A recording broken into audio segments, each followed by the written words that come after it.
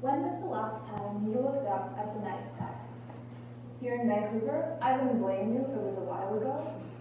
The last time I did stargaze though, I had a question. How did the universe become what it is today? From a human perspective, space is vast, cold, and empty. But on the grand scales, the universe looks quite different. Some regions are crowded with galaxies, drawn together by gravity into enormous clusters.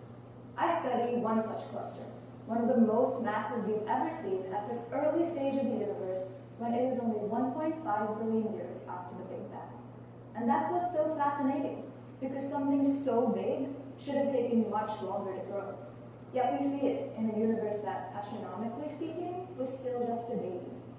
So how did it get so massive, so fast? And what will become of it in the future? These are the questions we want to answer. Now, I've been saying we see it, and that's true, but not clearly. Think of it like playing hide and seek in a dark room. You can make out some of the bigger shapes, but for the most part, you're blind. If you had infrared goggles, however, you'd be able to see everything, and finding the hiders would be a breeze. Now, while that would be considered cheating in a game, this is exactly what astronomers do with the James Webb Space Telescope, or JWST. JWST is the biggest, most powerful telescope ever launched into space, and being an infrared telescope, it lets us look through the clouds of dust surrounding galaxies to find ones that we could never see before. And because JWST is so big, the images are incredibly sharp, letting us isolate individual galaxies within the cluster. So now that we finally can see them clearly, the next step is to characterize these galaxies. This is where I come in.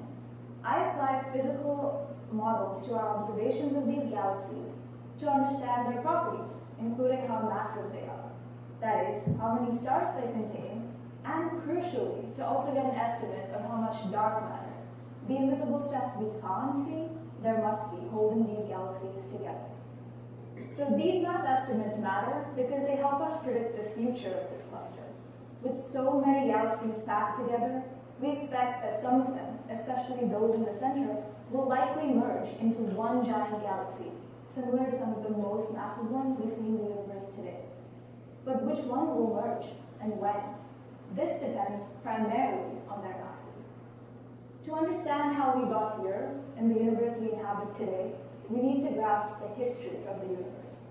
My research helps us understand how galaxies evolve over time. And with this knowledge, the next time I look up at the stars, I'll be one step closer to figuring out the answer.